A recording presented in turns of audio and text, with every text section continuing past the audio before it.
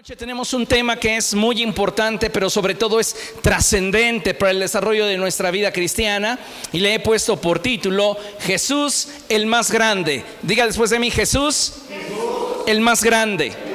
Ahora, como que realmente lo creyera. Jesús el más grande, el más grande, el más grande.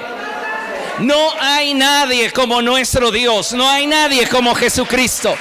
Aleluya. Gloria al Señor. Le invito por favor a que abra su Biblia en Deuteronomio capítulo 18. Vamos a Deuteronomio.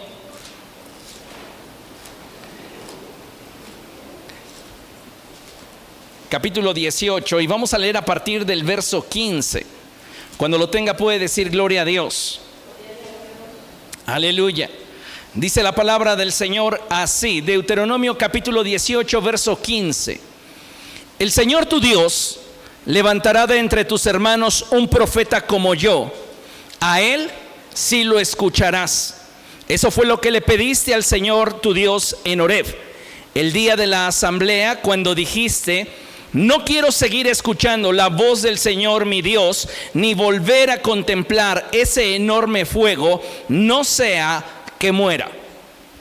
Es maravilloso lo que encontramos en la Escritura y la forma en la cual Moisés profetiza de que Dios levantará de en medio de su pueblo un profeta como él. Y este profeta tendría una cualidad y una característica, y sería la de presentar a Dios de tal manera que el corazón del pueblo de Israel se volviese hacia él. Moisés está profetizando acerca de Jesucristo. Y esto, amados hermanos, es maravilloso, porque cuando nosotros como hijos de Dios podemos darnos cuenta de la grandeza que hay en Jesús, cuando puedes ver a través de la contemplación de su majestad y te das cuenta de que no hay nadie más grande ni más poderoso que Él, es que entonces puedes darte cuenta que en Él habita la vida y la plenitud. Y entonces podemos expresar como el apóstol Juan: y el Verbo se hizo hombre y habitó entre nosotros, y contemplamos su gloria. Diga después de mí: contemplamos su gloria. ¿Sabe? Para poder enamorarnos de Jesús, todos necesitamos comenzar por la contemplación. Tú no puedes enamorarte ni vincularte a nadie a quien antes no te atrevas a contemplar, porque es en la contemplación que se da la exposición. Y eso es maravilloso, porque yo imagino al apóstol Juan siendo inspirado por el Espíritu Santo para escribir estas palabras, y él recordar cómo fue su experiencia con Cristo y cómo a través de esa contemplación es que él pudo ver algo que estaba ahí, pero que a los ojos de los demás, que solo podían ver, no era revelado. Cuando tú contemplas, escudriñas. Cuando tú ves, simplemente percibes lo que se proyecta, lo que está delante de tus ojos.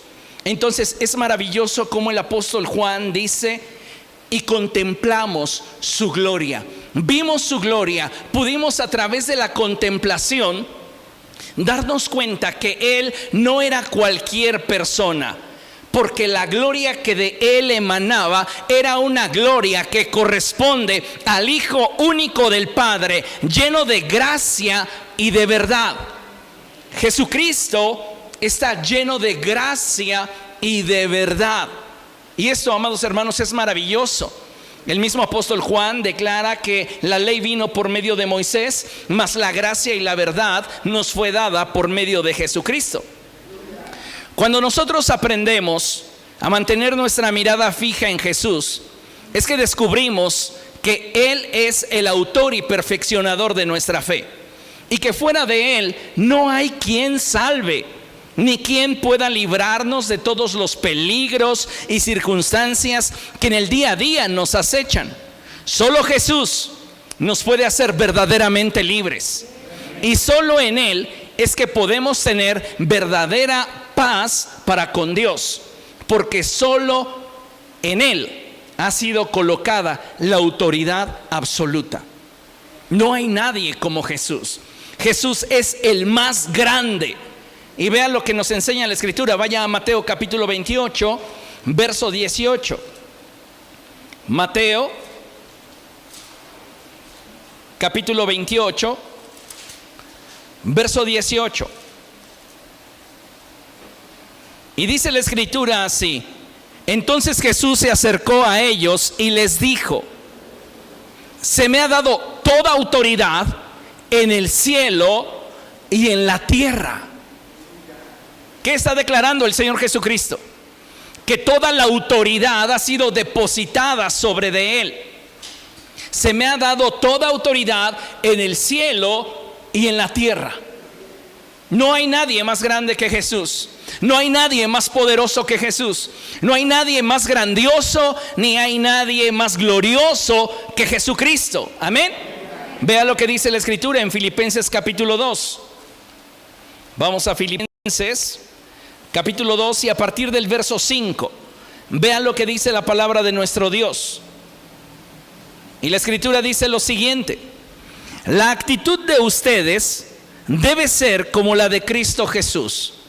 Lo que el apóstol Pablo le está escribiendo a los filipenses es que si hay alguien digno de ser imitado por todos aquellos que se han relacionado con Dios, es Cristo. Nuestro modelo a seguir es Jesús. Amén. Por eso el apóstol Pablo dice que la actitud de nosotros debe de ser como la de Cristo Jesús. Si usted ha seguido mi enseñanza, usted sabe que la actitud es el resultado de dos factores, fundamentalmente. ¿Cuáles son? Emociones y pensamientos. Si tenemos pensamientos equivocados y permitimos que en nosotros surjan emociones equivocadas y las cultivamos y se convierten en sentimientos equivocados, esto va a dar como fruto una actitud equivocada. Las personas no tienen una mala actitud de a gratis. Es lo que ellos han estado cultivando en su mente y en su corazón. ¿Comprende? Entonces, si la palabra de Dios nos está diciendo que la actitud de nosotros debe de ser como la de Cristo Jesús, nos está diciendo mucho respecto de nuestra manera de vivir.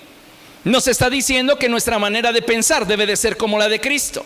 Debemos de tener la mente de Cristo.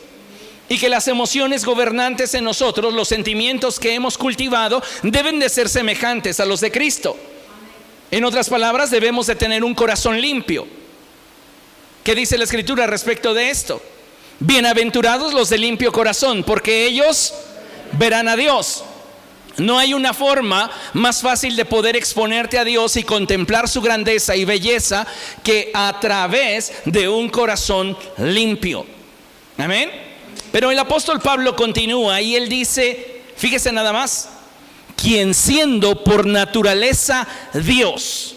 ¿Qué es lo que está diciendo el apóstol Pablo respecto de Jesús?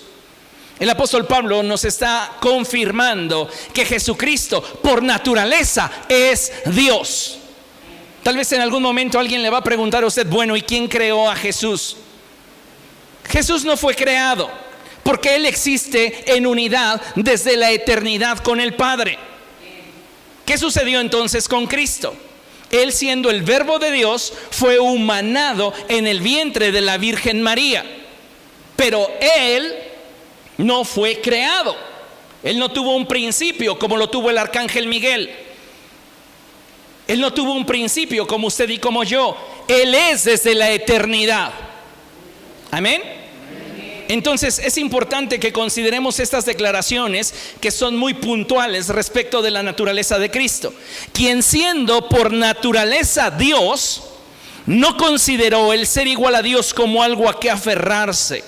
Por el contrario, se rebajó voluntariamente, tomando la naturaleza de siervo y haciéndose semejante a los seres humanos. Vean nada más qué grandeza en la naturaleza y el carácter de Cristo, quien siendo por naturaleza Dios, no se aferró a permanecer en esa posición, sino que en humildad y obediencia se humilló y se hizo semejante a nosotros los seres humanos.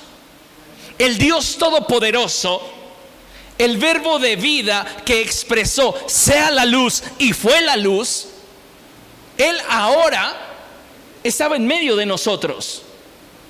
Y solo quien tiene la capacidad de contemplar su hermosura puede ver realmente quién es Jesús. Vean lo que dice el apóstol Pablo, verso 8. Y al manifestarse como hombre, se humilló a sí mismo y se hizo obediente hasta la muerte y muerte de cruz. Por eso, Dios lo exaltó hasta lo sumo y le otorgó el nombre que está sobre todo nombre. A veces, amados hermanos, esto lo tomamos tan a la ligera. Pero el nombre de Jesús es un nombre que está sobre todo nombre. Si tu enfermedad, si tu problema se puede pronunciar, el nombre de Jesús está por encima de ese problema, está por encima de esa enfermedad, está por encima de esa dificultad. Porque a Él se le dio toda potestad, toda autoridad. Y la palabra de Dios nos está diciendo que por haber obedecido a la voluntad del Padre, el Padre lo exaltó hasta lo sumo y le otorgó el nombre que está sobre todo nombre. Lea conmigo el verso 10, 1, 2, 3. Para que ante el nombre de Jesús se doble toda rodilla en el cielo y en la tierra y debajo de la tierra, y toda lengua confiese que Jesucristo es el Señor, para gloria de Dios Padre. Aleluya.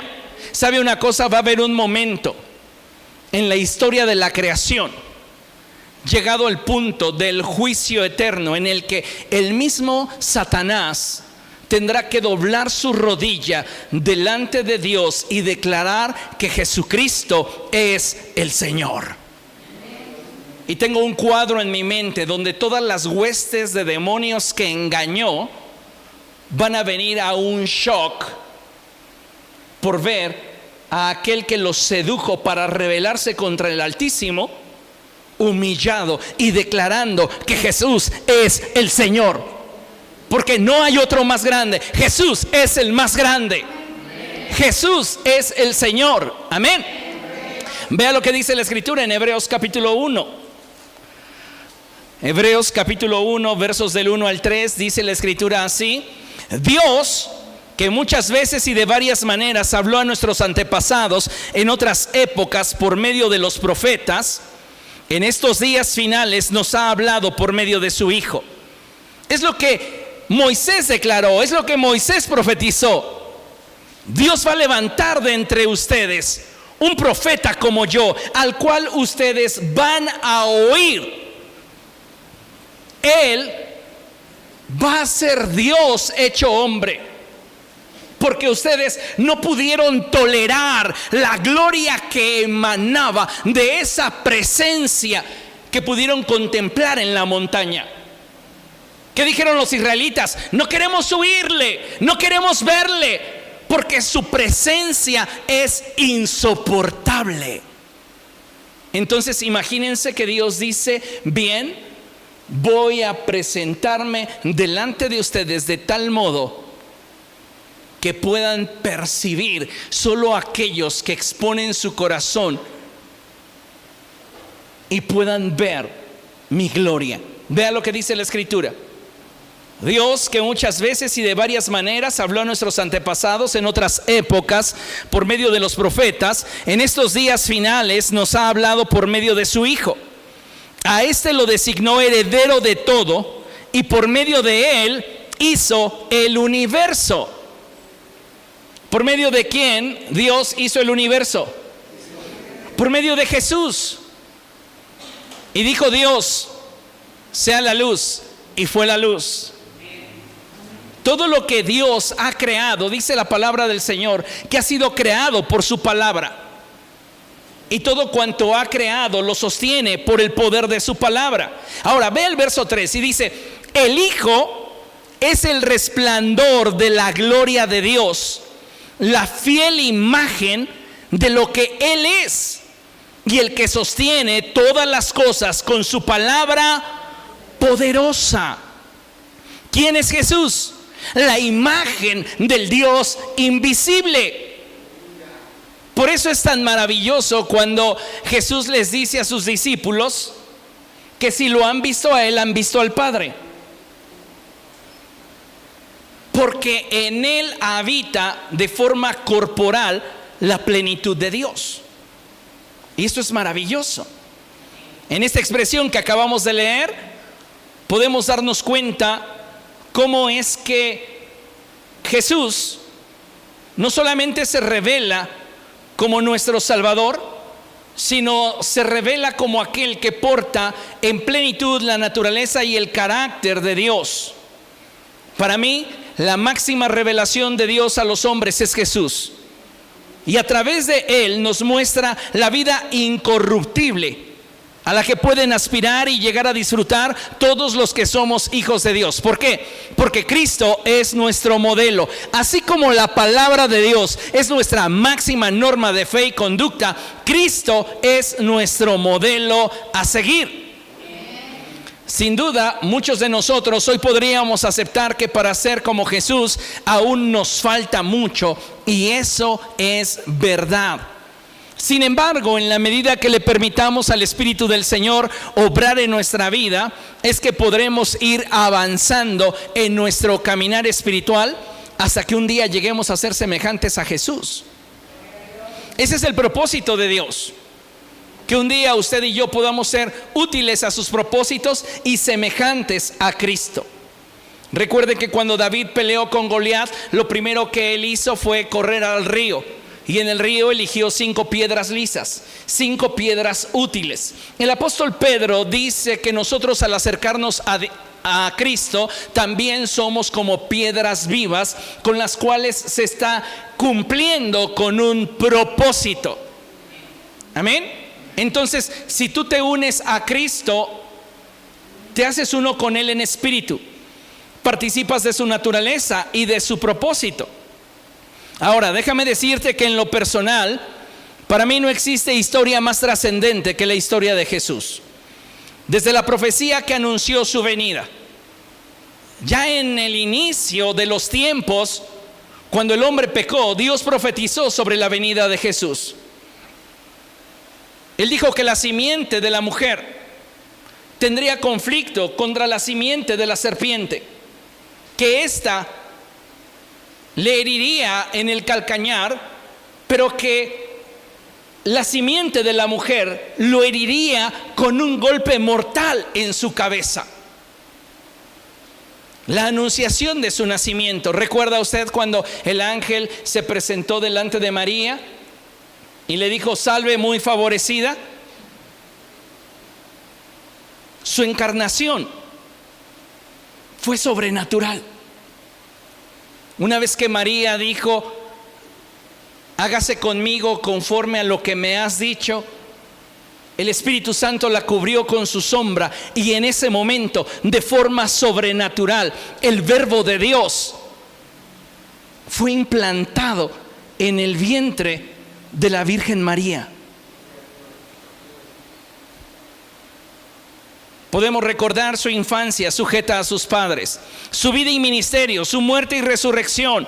En fin, todo lo que a Él corresponde fue conforme a las Escrituras, y todo con un solo fin: cumplir con el propósito de Dios para Él y para la humanidad. Ya que sabemos que solo por su obediencia es que hoy, por medio de la fe en Jesucristo, es que podemos tener vida. Ahora, considere lo siguiente. Hablar de Jesús en términos simples y básicos es imposible, ya que Él no es una persona a la que puedas definir con una sola palabra. Él es amor, Él es vida, Él es verdad, Él es Dios. A Jesús no lo puedes definir con una sola palabra. Él es tan grande, Él es tan vasto, Él es tan maravilloso, que cuando te has atrevido a contemplar su hermosura, te das cuenta de lo pequeños que somos, de lo imperfectos que somos y de la gran necesidad que tenemos de Él. Es maravilloso lo que la palabra de Dios nos enseña allí en 1 de Juan capítulo 5 verso 20. Permítame leérselo porque voy a leérselo en la Nueva Traducción Viviente. Y dice la palabra del Señor de la siguiente manera: 1 de Juan capítulo 5 verso 20, Nueva Traducción Viviente. Y sabemos que el Hijo de Dios ha venido y nos ha dado entendimiento para que podamos conocer al Dios verdadero. Y ahora vivimos en comunión con el Dios verdadero, porque vivimos en comunión con su Hijo Jesucristo. La expresión siguiente es la que me interesa y es esta la que debe de ser el centro de nuestra teología. Él es, refiriéndose a Jesús, el único Dios verdadero y Él es la vida eterna. Jesucristo en su naturaleza es Dios mismo, es el Verbo de Dios hecho carne. Ahora, cuando Jesús refiere a que Él no puede hacer nada si no es primeramente autorizado por el Padre, no está hablando de una limitante en su capacidad, sino está destacando su completa sumisión y sujeción a la voluntad de Dios. Amén. Es importante que entendamos este fundamento que nos describe la naturaleza y el carácter de Cristo, porque solo de esa manera podremos verlo desde la perspectiva correcta. Para muchas sectas y religiones, Jesús no es otra cosa sino un subordinado del Padre. Y Cristo no es un subordinado del Padre. Cristo es el Hijo unigénito de Dios, quien vive en completa y perfecta unidad a los propósitos de Dios. ¿Comprende lo que le estoy diciendo? ¿Entiende la diferencia? Ahora, tal es la grandeza de Jesús plasmada en las Escrituras, que incluso el Señor mismo nos asegura que todos los que nos hemos relacionado con Dios a través de la fe en Él, tenemos un lugar de honor especial delante de Dios. Este que le voy a compartir es uno de los pasajes más hermosos y profundos que en mi juventud, cuando leí esta porción de la Escritura, cautivó mi corazón. Y vaya conmigo a Lucas capítulo 7, verso 28. Lucas capítulo 7, verso 28 dice así. Es Jesús hablando. Y Él dice: les digo que entre los mortales no ha habido nadie más grande que Juan. Sin embargo, esto es lo que a mí me interesa compartirle: el más pequeño en el reino de Dios es más grande que él. Esa es una verdadera joya. ¿Por qué? Porque dentro de los grandes profetas, salmistas, patriarcas, ninguno se compara con Juan. ¿Por qué? Porque Juan es aquel del cual se profetizó que prepararía el camino para Cristo. Voz que clama en el desierto: preparad camino al Señor. Ese es Juan. Entonces, Juan es el enviado de Dios para preparar el camino para Jesús. Él es el heraldo de Cristo. ¿Comprende eso? Entonces, no hay nadie más importante que Juan. Ni Moisés, ni Abraham, ni Jeremías, ni Isaías, ni Daniel. Ninguno de ellos le llega al nivel de honor y privilegio que tuvo Juan. Dentro de los nacidos de mujer, dice Jesús, no ha habido uno que sea más grande que Juan. Pero les digo una cosa: el más pequeño en el reino de los cielos es más grande que él. Es decir, que en el cielo usted va a tener un lugar de honor más grande que Moisés. ¿Por qué? Porque nos vinculamos a Dios a través de un medio perfecto. No puede tener el mismo nivel de honor aquellos que se han vinculado con Dios a través de un medio imperfecto, como lo fue la ley de Moisés, por ejemplo. Nosotros nos estamos vinculando a Dios a través del Hijo. Y hay un mundo de diferencia. Además de que por el hecho de vincularnos a Dios a través del Hijo, tenemos un lugar de privilegio delante de los ojos de Dios. Y es el que usted y yo tenemos la fortuna, el privilegio de ser la novia del Cordero.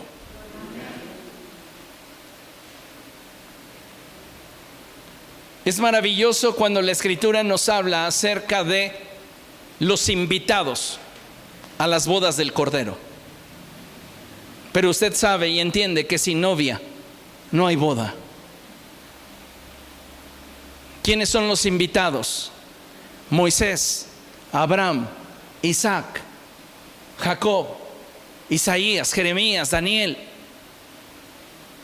Los profetas son invitados que van a contemplarnos a nosotros, los que hemos sido comprados a precio de sangre, porque nosotros somos la esposa del Cordero.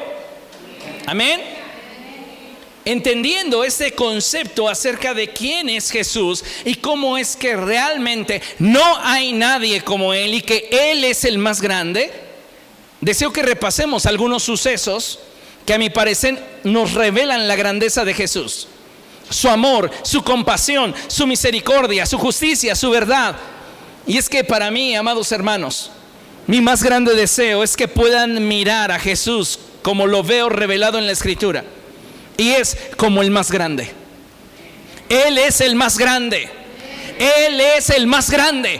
Él es el más grande. No hay nadie más grande que Jesús. No hay nadie más grande que Jesús.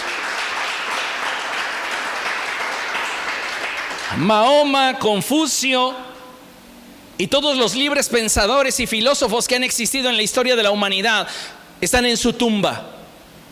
Pero Jesús fue levantado de entre los muertos, porque era imposible que la muerte lo pudiera detener. Él es el más grande, y eso es para nosotros motivo de alegría.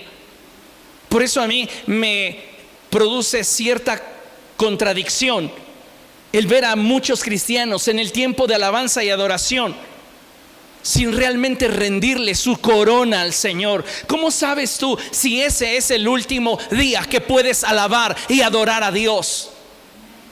Deja tu indiferencia afuera, deja tus traumas afuera, deja tu coraje afuera. Es ese momento para ti y Jesús, que puedas contemplarlo y descubrir en Él esa gloria que corresponde al unigénito del Padre. Pero sabe, pareciera muchas veces que esta clase de pláticas no están al nivel de todos. Para algunos Jesús, aún llamándose cristianos, es solamente alguien que murió hace cerca de 2000 años y que por creer en Él yo voy a ser libre del castigo venidero. ¿Sabes cómo revelamos nuestro nivel de profundidad en cuanto a nuestra relación con Cristo? A través de nuestra adoración. Y si tú sabes que podrías adorarlo mejor y no lo estás haciendo, es porque tu nivel de contemplación no te da para más. ¿Sabe por qué Satanás traicionó al Altísimo? Por su nivel de contemplación. ¿Qué fue lo que sedujo a Lucero para atreverse a traicionar al Altísimo?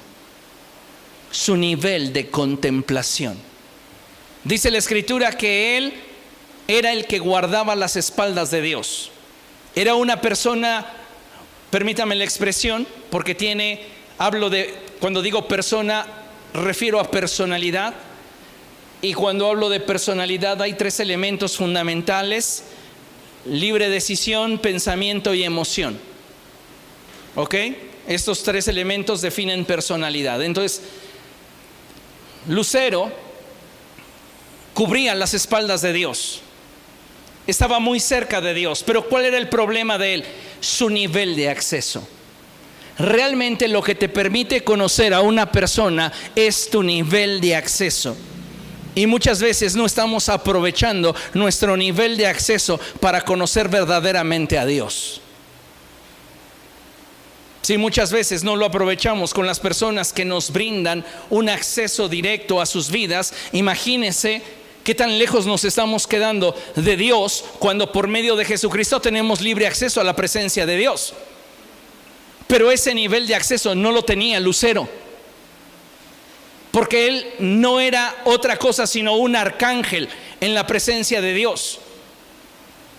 No tenía el mismo acceso que tenemos tú y yo a través de la sangre de Jesucristo. Entonces tu nivel de acceso determina tu nivel de contemplación. Y tu nivel de contemplación genera en ti conceptos e ideas respecto de aquello que contemplas. Si tú aprovechas el acceso, tú vas a tener una revelación profunda de aquello que contemplas.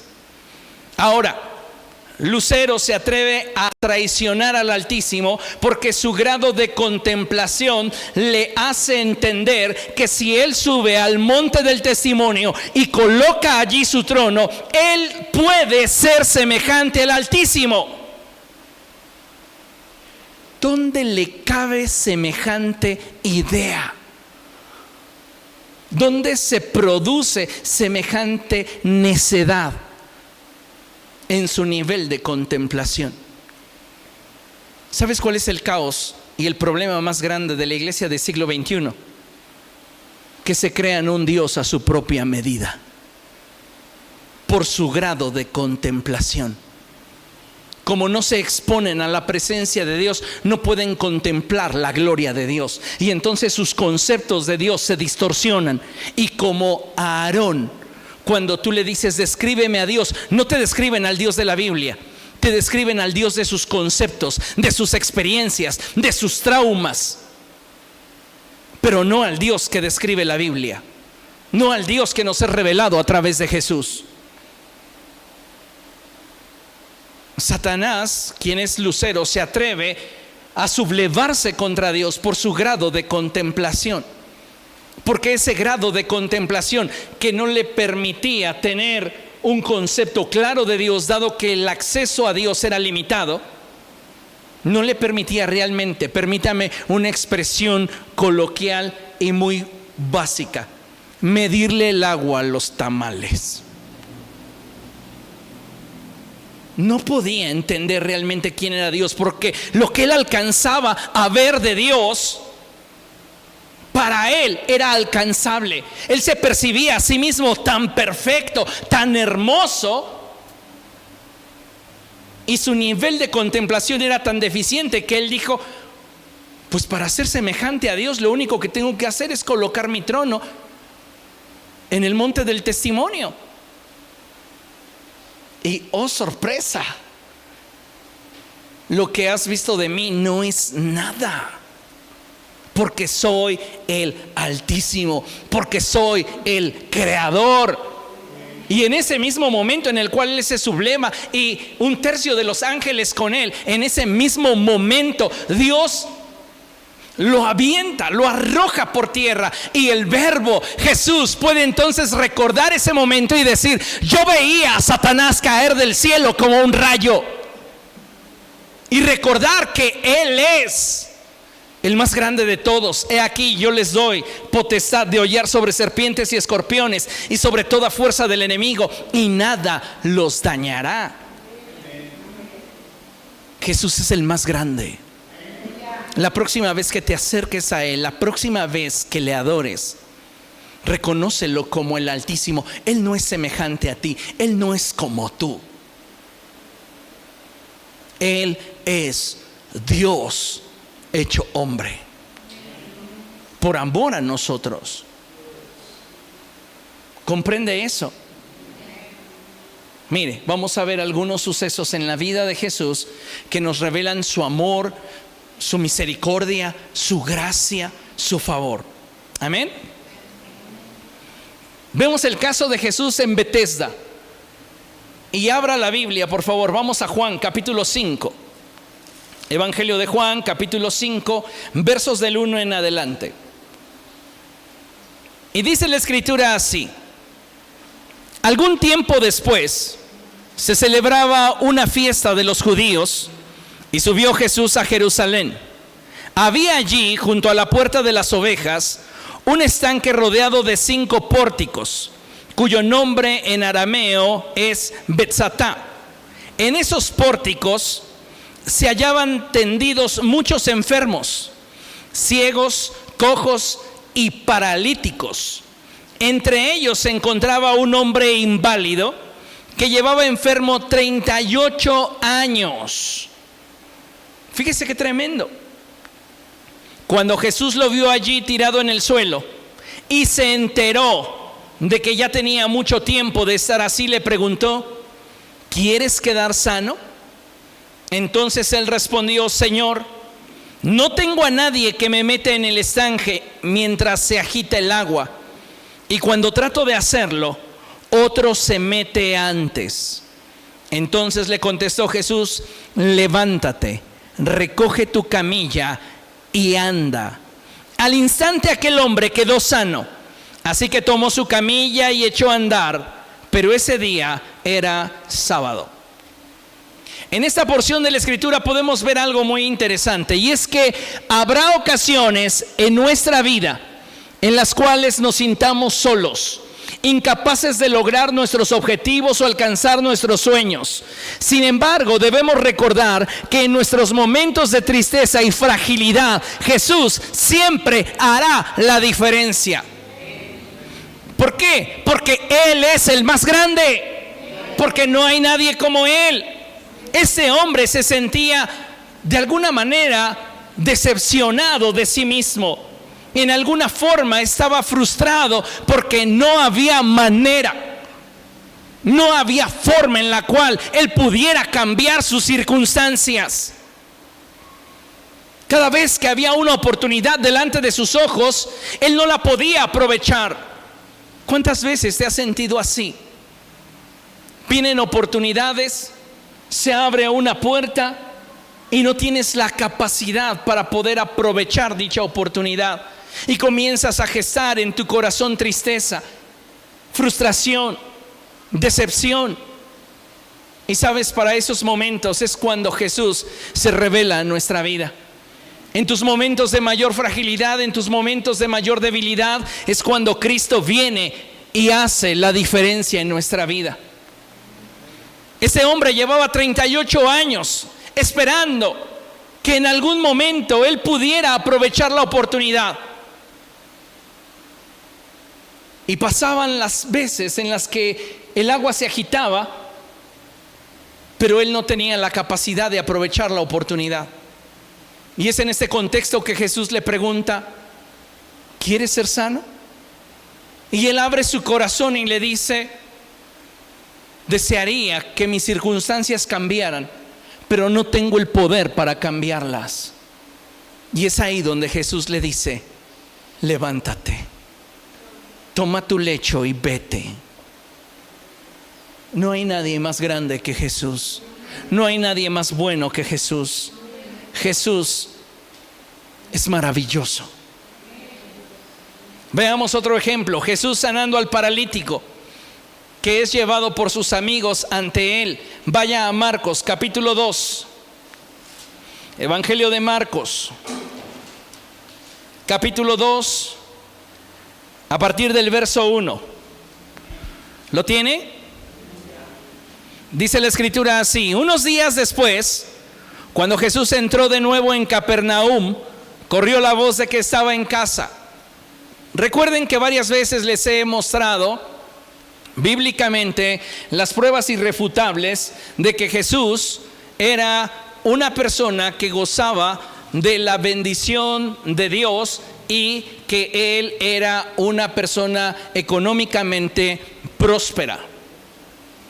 Muchos piensan que Jesús era un vago que vivía al día y que se la pasaba dándole lástima a la gente, y no es así. Algunos ejemplos que les he dado era que en el momento en el cual Él es crucificado, los soldados deciden no romper su túnica. ¿Por qué? Porque esta era de una sola costura. Era una túnica muy cara. Entonces ellos dijeron, esto es caro, no lo rompamos, mejor echemos suertes para ver quién se la queda, cumpliendo lo dicho por el profeta.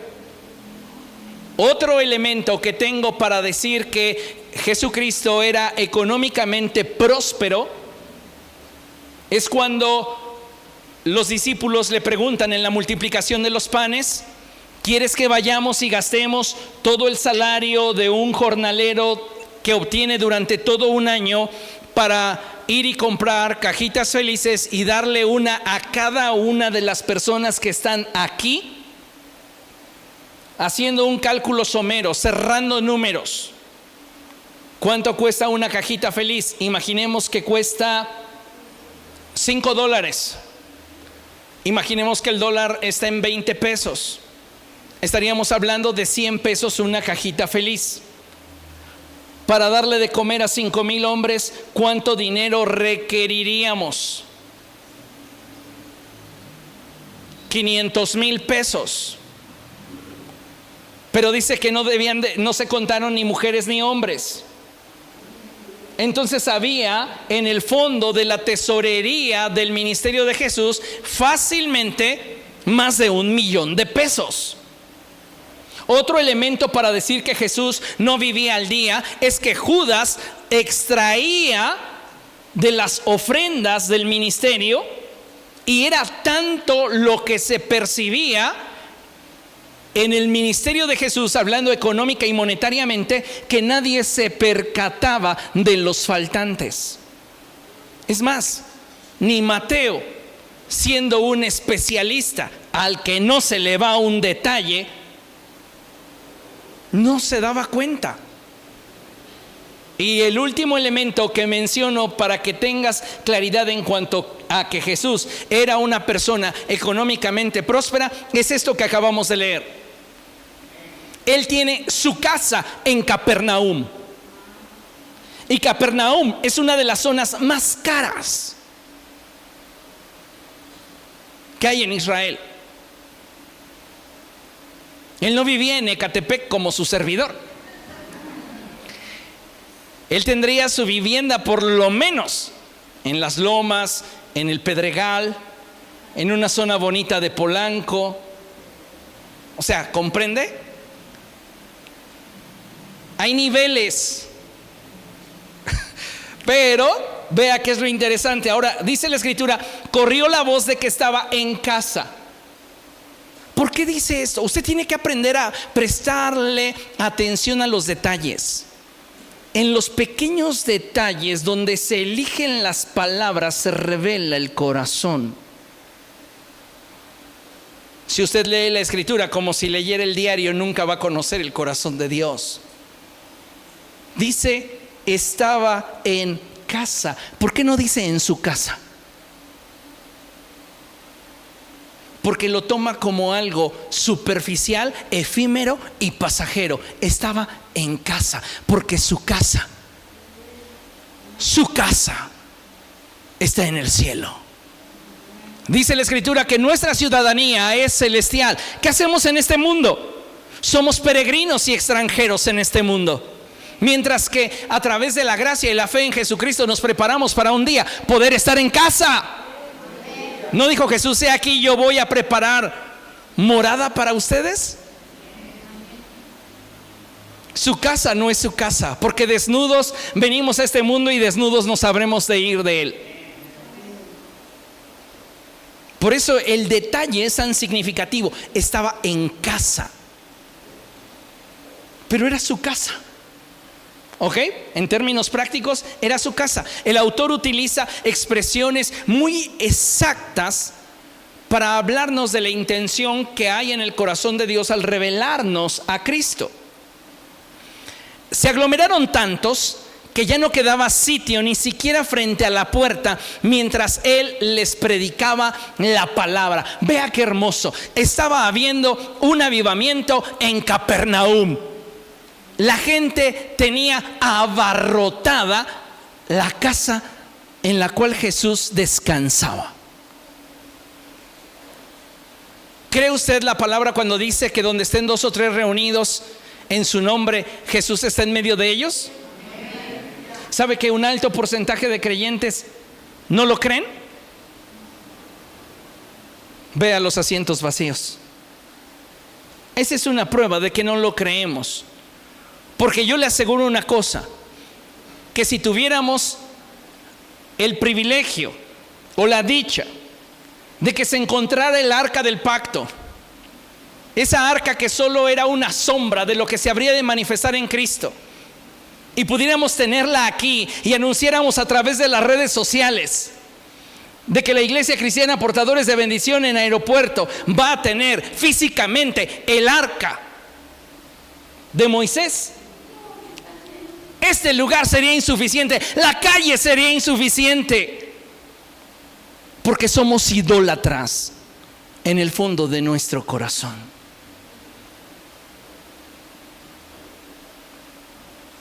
Porque si realmente creyéramos que Él está en medio de nosotros, no habría reunión a la cual faltaríamos. Ay, es que tengo un gran dolor. Ay, es que tengo un compromiso. Ay, es que...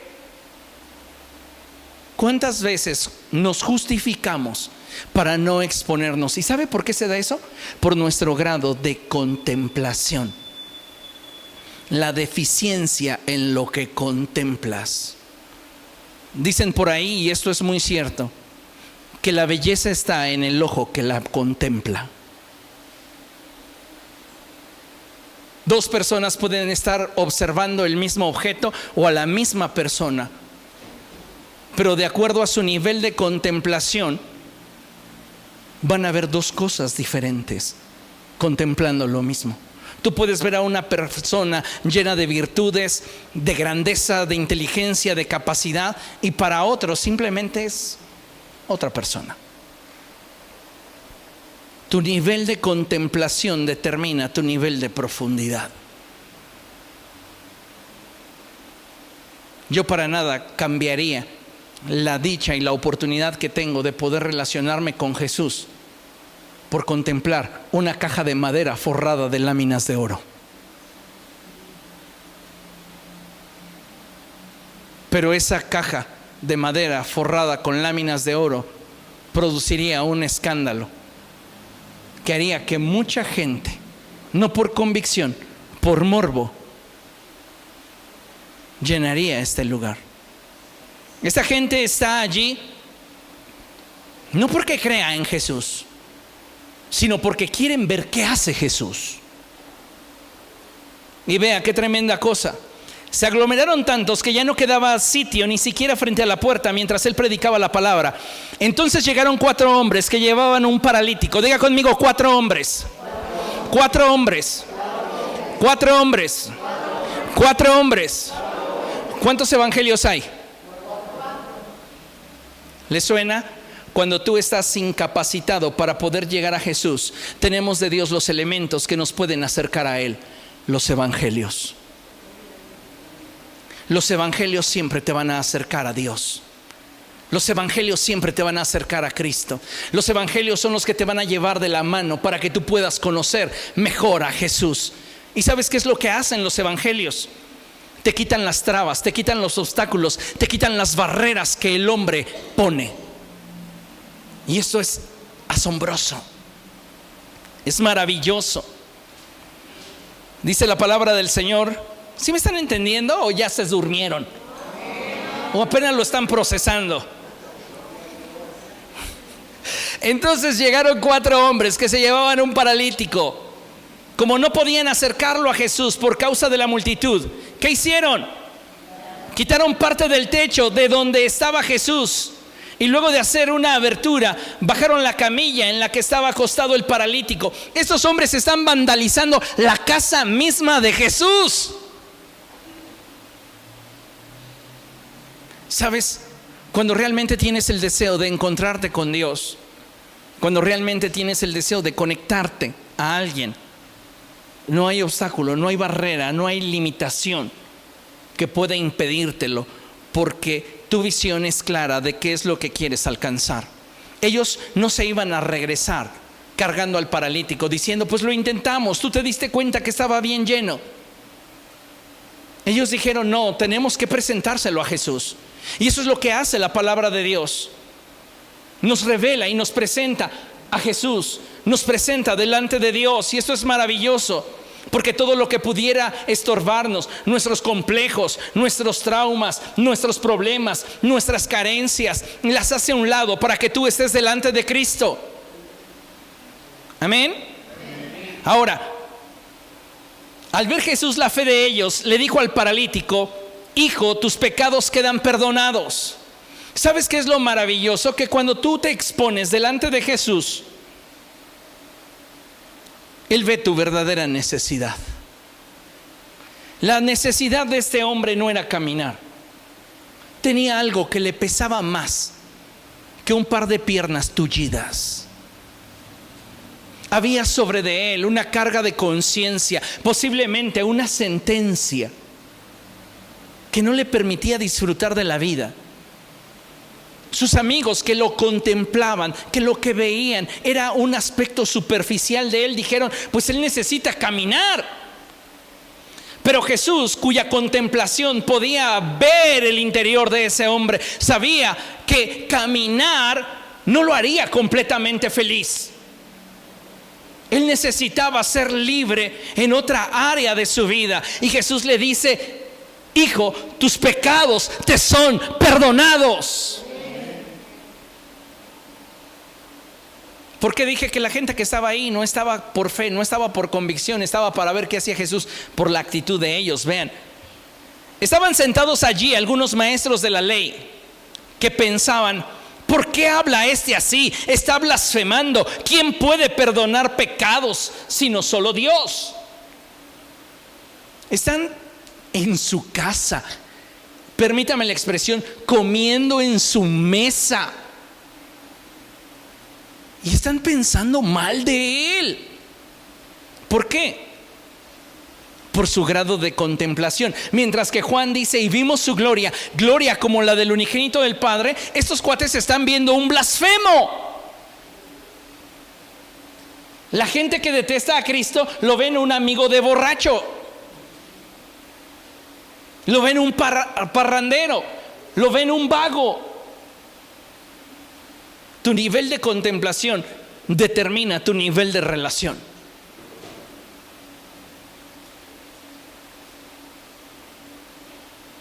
¿Por qué habla este así? Está blasfemando. ¿Quién puede perdonar pecados sino solo Dios? En ese mismo instante supo Jesús en su espíritu que era lo que estaban pensando. Entonces les dijo, ¿por qué razonan así?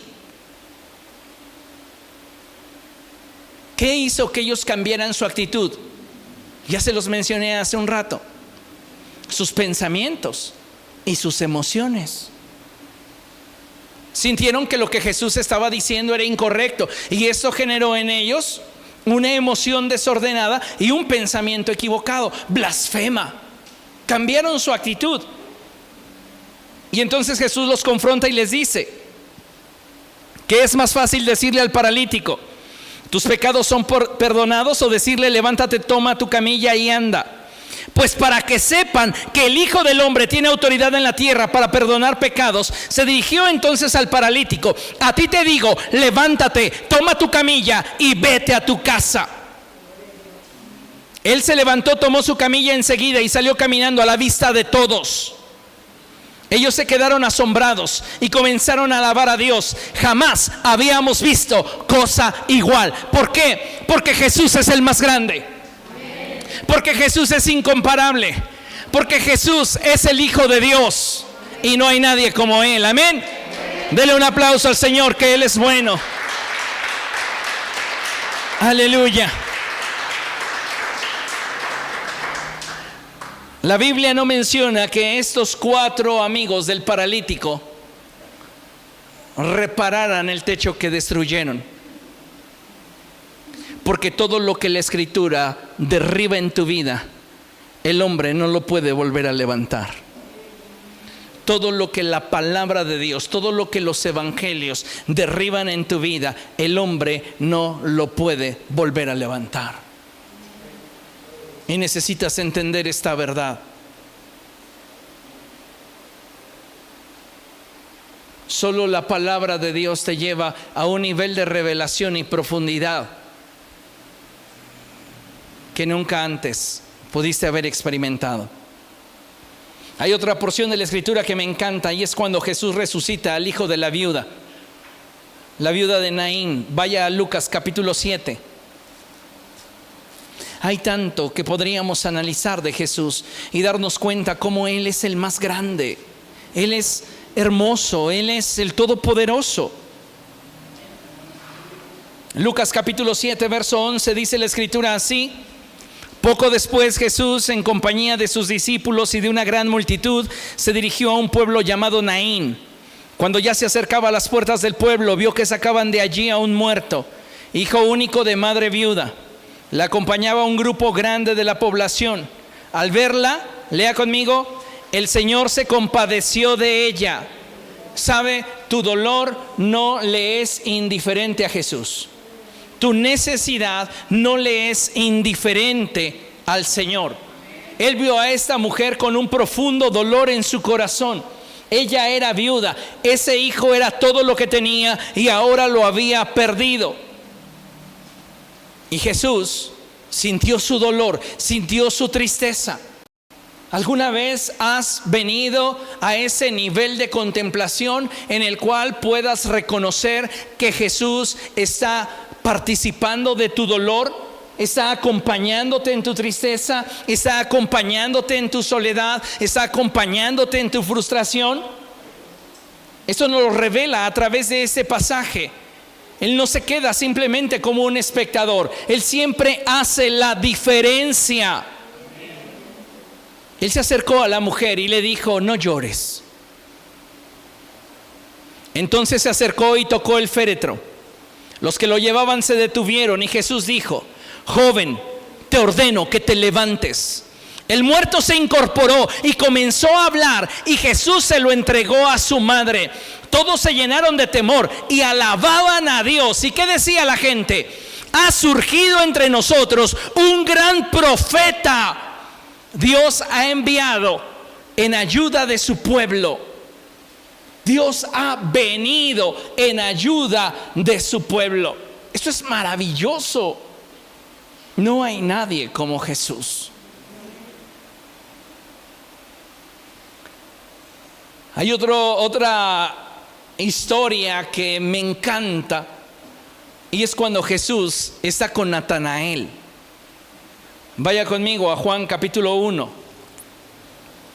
Habría tantos ejemplos, tantas historias que mencionarle, pero solamente quiero hablarle de algunas que me parecen sumamente trascendentes para creer y confiar en que no hay nadie más grande que Jesús. Juan capítulo 1, verso 47, ¿lo tiene? Bien, dice la Escritura así: cuando Jesús vio que Natanael se le acercaba, comentó: aquí tienen a un verdadero israelita en quien no hay falsedad. Entonces preguntó Natanael: ¿de dónde me conoces? Y Jesús le respondió: antes de que Felipe te llamara, cuando aún estabas bajo la higuera, ya te había visto. Ya te había visto. Ya te había visto. Aún antes de que tú pudieras tener al menos una noción de que Dios estaba interesado en tu salvación, Él ya te había visto. Él ya había puesto su mirada en ti. Él ya quería sanarte, Él ya quería restaurarte, Él ya quería darte vida, Él ya quería obrar en tu corazón. Vea nada más qué hermoso es Jesús. Él es maravilloso y no hay nadie como Él. Por eso es que debemos de considerar lo siguiente. Y Juan capítulo 20, versos del 30 al 31, dice la Escritura así: Jesús hizo muchas otras señales en presencia de sus discípulos, las cuales no están registradas en este libro. pero estas se han escrito, lea conmigo, para que ustedes crean que Jesús es el Cristo, el Hijo de Dios, y para que al creer en su nombre tengan vida. Eso es maravilloso. En Cristo es que podemos tener la certeza de nuestra fe, la cual es nuestra salvación. Sin embargo, amados hermanos, nuestra plenitud no está limitada a un futuro en la eternidad, porque hay quienes piensan que van a vivir esa plenitud a la cual Cristo nos ha invitado a vivir hasta que se mueran y estén delante de Dios. No, la vida eterna comienza ahora. Jesús lo dijo de esta manera: esta es la vida eterna, el que te conozcan a ti, el único Dios verdadero, y a Jesucristo, a quien tú has enviado. Entonces, el deseo de una vida plena que hay en el corazón de Dios se da desde el momento en el cual tú y yo nos vinculamos al Padre a través de Jesús. Y esto es maravilloso y necesitamos entender esta verdad. Si usted y yo nos atrevemos a exponernos a Dios, a contemplar al unigénito del Padre, vamos a ver cómo en esa belleza, en esa grandeza, se revela la naturaleza y el corazón de Dios para cada uno de nosotros. El apóstol declara y él dice que si se hubiesen registrado todas las cosas que Jesús hizo, los libros que se habrían escrito no cabrían en el mundo entero. ¿Se imagina qué nivel de gracia, qué nivel de majestad, qué nivel de perfección, qué nivel tan profundo, tan grande, tan hermoso, cuando tú ves y contemplas al unigénito de Dios? Hay algo que debemos de saber respecto de Jesús, porque su obra no termina en la resurrección. La palabra de Dios nos muestra que Jesús no solamente logró satisfacer las demandas de la ley, sino que ahora que está sentado a la diestra del Padre, Él está aguardando que los tiempos se cumplan para que Él pueda llevar a cabo el propósito eterno de Dios. Y vean lo siguiente: como iglesia e hijos de Dios, debemos sentirnos afortunados de haber conocido al Señor Jesús. Esto no fue algo que nosotros determinamos o procuramos, sino que Dios, en su grande amor por nosotros, nos concedió el responder al impulso de su Espíritu Santo. Y en Cristo se nos ha concedido el ser partícipes y testigos de lo que Dios ha determinado hacer. Si hoy estás en Cristo, no es casualidad. Dios tenía un propósito. Dios tiene un propósito para ti, y es el que seamos copartícipes del extendimiento de su reino. Vaya conmigo a Apocalipsis capítulo 5, verso del 1 en adelante. Apocalipsis 5. Este capítulo es hermosísimo. Y dice la escritura así: en la mano derecha del que estaba sentado en el trono vi un rollo escrito por ambos lados y sellado con 7 sellos. También vi a un ángel poderoso que proclamaba a gran voz: ¿quién es digno de romper los sellos y de abrir el rollo? Pero ni en el cielo, ni en la tierra, ni debajo de la tierra hubo nadie capaz de abrirlo, ni de examinar su contenido. Y lloraba yo mucho, porque no se había encontrado a nadie que fuera digno de abrir el rollo, ni de examinar su contenido. Uno de los ancianos me dijo: deja de llorar, que ya el león de la tribu de Judá, la raíz de David, ha vencido. Él sí puede abrir el rollo y sus 7 sellos. Entonces vi, en medio de los 4 seres vivientes y del trono y los ancianos, a un cordero que estaba de pie y parecía haber sido sacrificado. Tenía 7 cuernos y 7 ojos, que son los 7 espíritus de Dios enviados por toda la tierra. Note lo que le acabo de mencionar. Dice que en medio de ellos había un cordero que había sido sacrificado. Lo que el apóstol está viendo en la visión que Dios le está revelando es al mismo Señor Jesucristo, pero está tomando una representación que él puede entender y que pueda de ella extraer todo lo que representa, porque Juan, el profeta, declaró: he ahí el Cordero de Dios que quita el pecado del mundo. Juan apóstol entiende la referencia y ve a Jesús como un cordero sacrificado, pero hay algo que caracteriza a ese cordero, y es que tiene 7 cuernos. Diga conmigo: 7 cuernos. El número 7 en la Biblia representa plenitud, y un cuerno siempre representará autoridad. Jesús dijo: toda autoridad me ha sido dada en el cielo y en la tierra. Y tiene 7 ojos, lo cual habla de la omnisciencia de Dios, la plenitud, la gloria que él había retomado al volver a la presencia de su Padre. Esto es maravilloso. Se acercó y recibió el rollo de la mano derecha del que estaba sentado en el trono. ¿Quién estaba sentado en el trono? El Padre. Y Jesús, vemos un cuadro donde Jesús se acerca al Padre y recibe el rollo de la mano derecha del que está sentado en el trono. Y dice la Escritura: cuando lo tomó, los 4 seres vivientes y los 24 ancianos se postraron delante del Cordero. Cada uno tenía un arpa y copas de oro llenas de incienso, que son las oraciones del pueblo de Dios.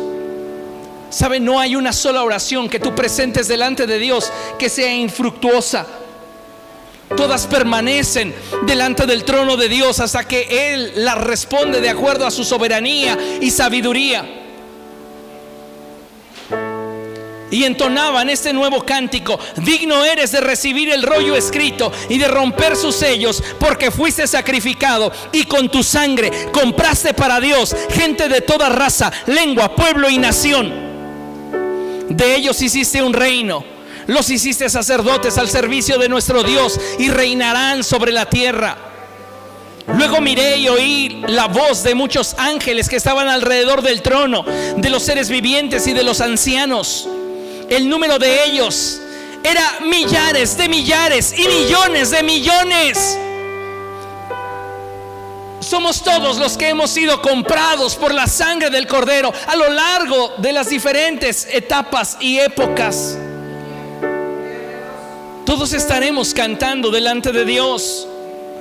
Y cantaban con todas sus fuerzas. ¿Cómo se canta en el cielo? ¿Cómo se canta en la iglesia? ¿Con apatía? ¿Con flojera? ¿Con indiferencia?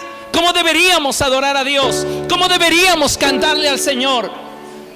Lo que marca la diferencia es el nivel de contemplación que has tenido de quién es Jesús. Porque mientras que muchos dicen: si este fuera profeta, hay otros para quienes de él emana la gloria que corresponde al Hijo unigénito de Dios. Tu nivel de contemplación determina tu nivel de entendimiento, y lo que determina tu nivel de contemplación es tu nivel de acceso.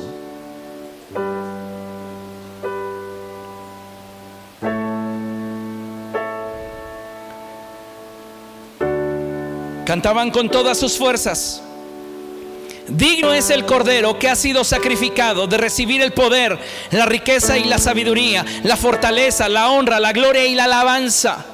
Y oía cuanta criatura hay en el cielo y en la tierra y debajo de la tierra y en el mar, y a todos en la creación, que cantaban: al que está sentado en el trono y al Cordero sean la alabanza y la honra, la gloria y el poder por los siglos de los siglos. Los 4 seres vivientes exclamaron: amén. Y los ancianos se postraron y adoraron. Jesús es el más grande. Lo creas o no lo creas, lo aceptes o no lo aceptes, lo entiendas o no lo entiendas, Jesús es el más grande. Y no hay nadie como Él. No hay nadie comparable a Él. No hay nadie semejante a Él. Él es el más grande. Él es el más grande. Digno eres tú, Señor. Digno eres tú, Padre. Oh, te alabamos y te adoramos. Póngase de pie y vamos a dar gracias.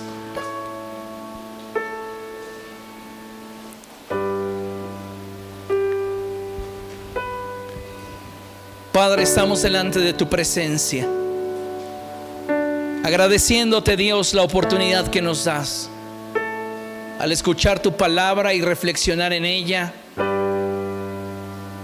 de acercarnos a ti confiadamente hasta el trono de tu gracia para recibir la misericordia y la gracia que necesitamos. Señor, perdónanos si hasta este día nos hemos limitado en cuanto a nuestra contemplación de ti, si no hemos aprovechado nuestro nivel de acceso, si hemos sido renuentes en la forma en la cual te adoramos y la forma en la cual te alabamos. Ayúdanos a cada día de nuestra vida a reconocer que tú eres el más grande y que no hay nadie como tú. Perdona nuestros pecados, nuestras faltas, nuestros errores, la dureza de nuestro corazón, y danos la capacidad, Señor, para cada día dirigir nuestra mirada hacia ti. Que tu palabra nos pueda llevar al entendido de que lejos de ti nada somos y de que sin ti nada podemos hacer. Cumple en nosotros tu voluntad y perfecciona nuestra vida en ti. Te damos gracias por tu palabra, en el poderoso nombre de Cristo Jesús. Amén y amén. Aleluya. Dios es bueno.